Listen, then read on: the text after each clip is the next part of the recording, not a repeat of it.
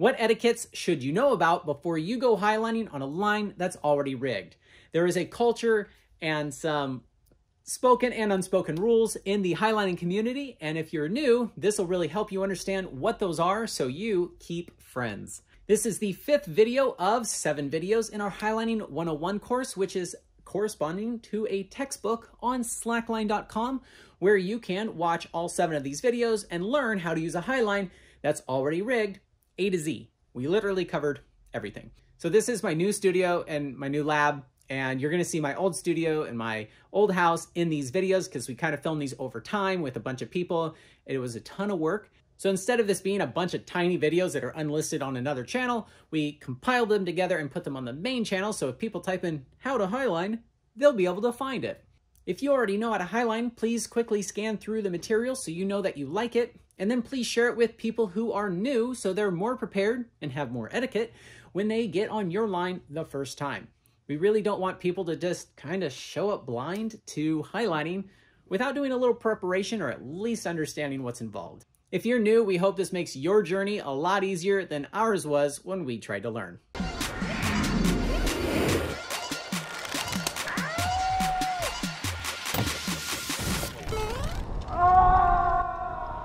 Let's talk about leash etiquette when I'm here at the cliff.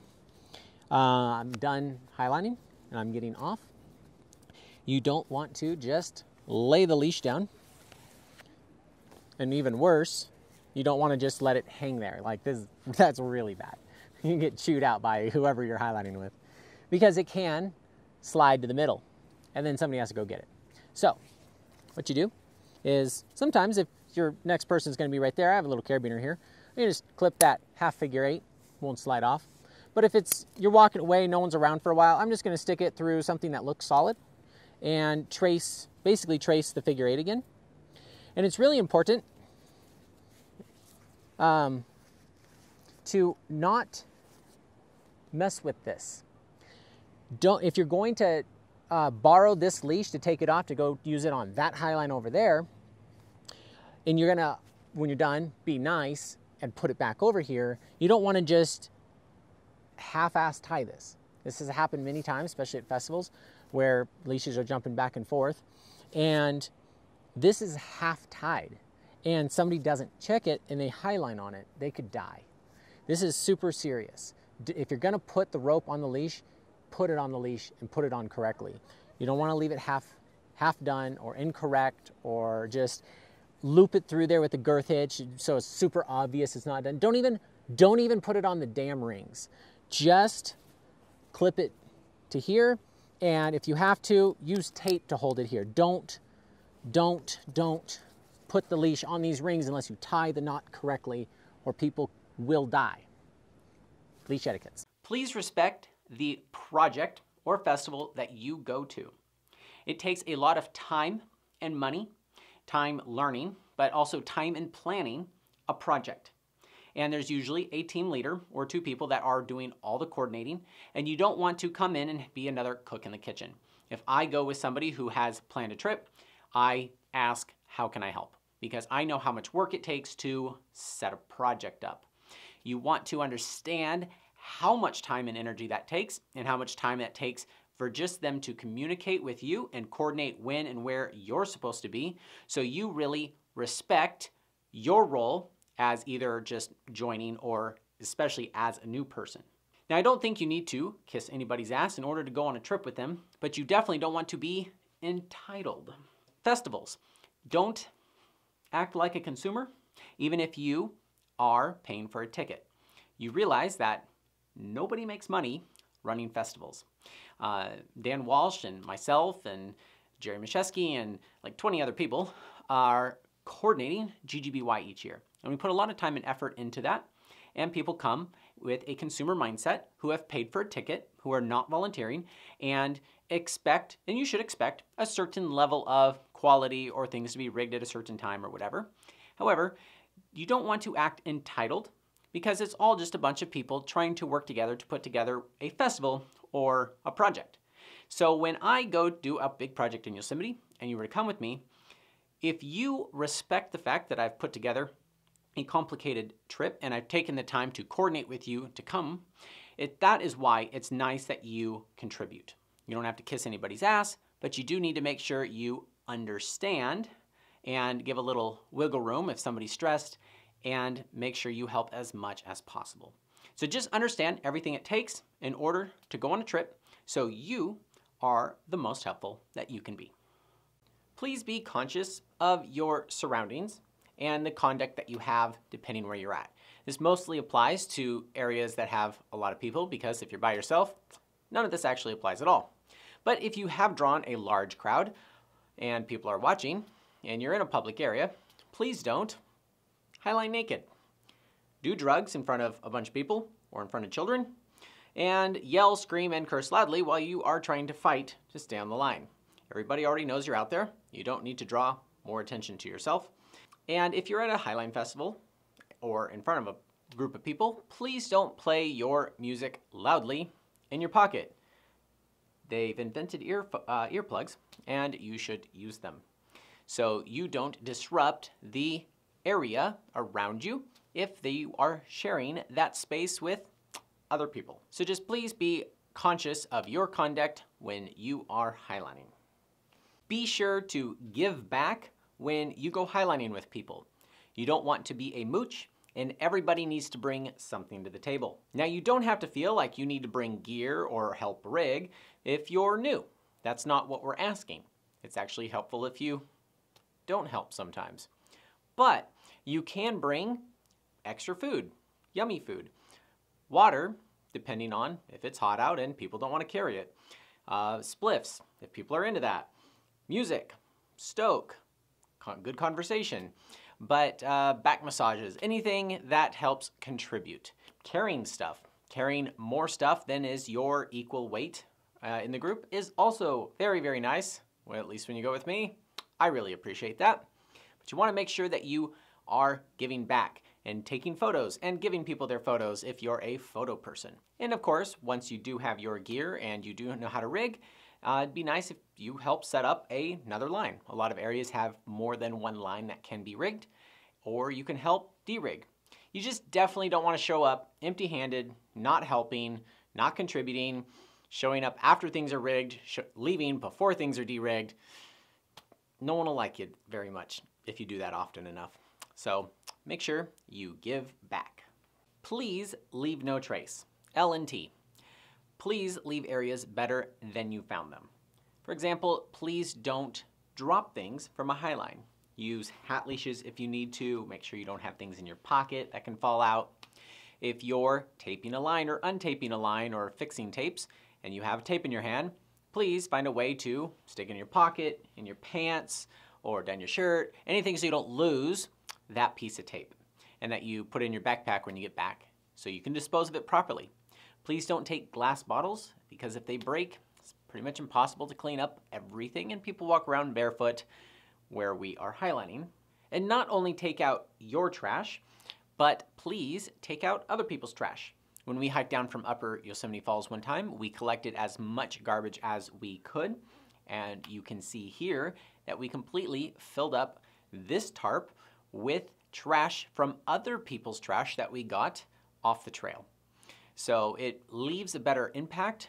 So not only will it help our access if we have a reputation for keeping areas super nice, it makes you a better human. So please leave the areas that we highline at better than you found them. There are etiquettes with line sliding. Let's go over some of them. You basically don't want to damage other people's webbing or your own. If you have the Hangover, this particular model has 4 different ball bearing wheels, and the webbing can get stuck inside of it. And you don't want to floss your Hangover, which if you're not careful and you put it on there, it can actually go in between those wheels, doing serious damage to the webbing. You want to keep it flat at all times. The second thing is don't break tapes. One thing that could break a tape is just ziplining really fast, and it can get caught just a little bit, and just the heat can grab them and just rip it and smear the glue all the way down. The other way that you can break a tape is not being clipped to the backup. And when you get down to here, your weight and your momentum could break that connection right there. Or if the backup is flipped over, which is common on bigger lines, You want to make sure that you're not going so fast that you don't get it stuck and it grabs the backup and then just pulls and breaks that tape. Make sure you maintain all the tapes as you go on your Highline. You also want to be careful not to roll over the backup because it can damage the backup and not just the tape here.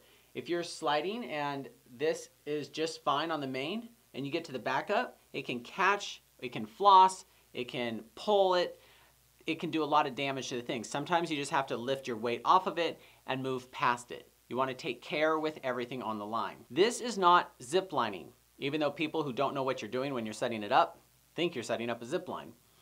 This isn't designed to go quickly.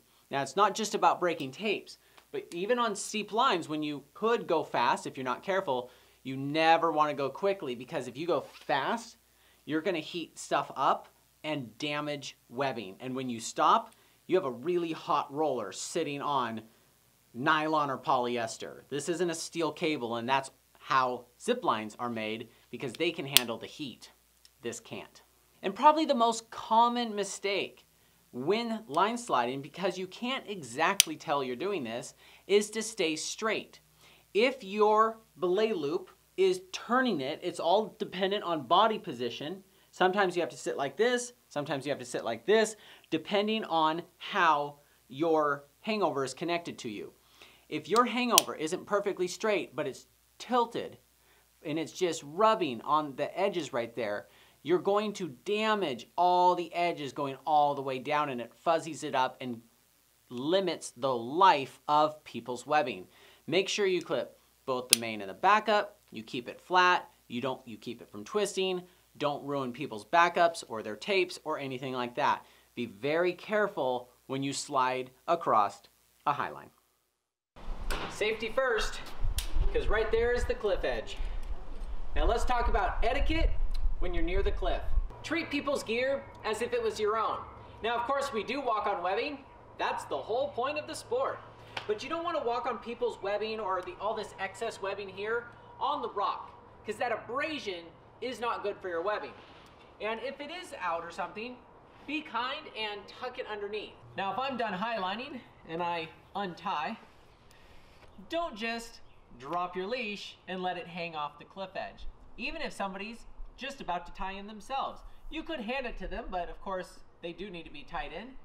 Take your leash and tie it off to something. You can tie it off to almost anything and put your figure 8 on here so it doesn't slide down the middle and it stays ready for the next person. And if you do see anything wrong with the way tapes are or twists or anything you're concerned about, please tell somebody, and don't just walk away leaving a problem at the anchor or on the Highline. It looks like I'm done here. I untied off my leash after I clipped in safely. I didn't mess up the padding. I didn't mess up anything else. Everything looks good. It's ready for the next person. So this is a personal anchor system that's built in to the anchor. So I'm going to step away from the cliff and put it back here instead of hanging over a cliff edge, so people have to step over the cliff in order to be safe. And so I'm just going to leave it ready for the next person. Oh, Kyle, hey, first of all, don't text and walk towards cliff edges. But thanks for letting me borrow your hangover, man. I wanted to get back to you right away, so you stay my friend. Thank you. Seriously, give people back their line slides. People do not return these. It's a common chronic problem in the community. Please, please, please go out of your way to find somebody to return a hangover or whatever roller you have back to them, because you can't highline without it, and nobody wants to lend them out anymore. It's the biggest etiquette about, especially being new, when you don't most likely have one of these.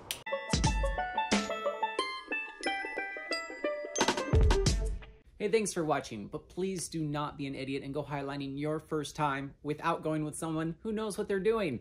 This video series is just to prepare you and help you have the gear and make it so you can practice before you get that special opportunity to finally go highlining. If you already highline, please share this with somebody you might take out so they can go through the whole video series so they're fully prepared to get on that line so you don't have to rescue them. It's better for the YouTube algorithm ecosystem for me to release these once a week. So we're going to do that every Saturday until they are all out. So you don't have to wait until we do that. We're going to put the unlisted video links in the description below. So you can just blow through all this, look at the textbook, and move on with your life. This is a gift economy style of education. I believe it's more important to have this information free and available to everyone than for me to get 20 bucks. But it's not free to make. So if you enjoyed the entire course and you read the textbook and you look at the Bulletin Bible and watch all of our episodes, spot us 20 bucks. It really helps. 100% goes back in the channel, as you can see on our donation page on slackline.com. We're a very open book. And make sure you keep your eye out for the Highlining 102 course. We are going to completely finish this and the Bulletin Bible 2021 version before we finish the Highlining Anchor course. But that's going to be, oh, it's a lot more exciting to make that than this series. So we're pretty excited about what's coming. So make sure you hit that like button, and we'll see you at the next video. Cheers.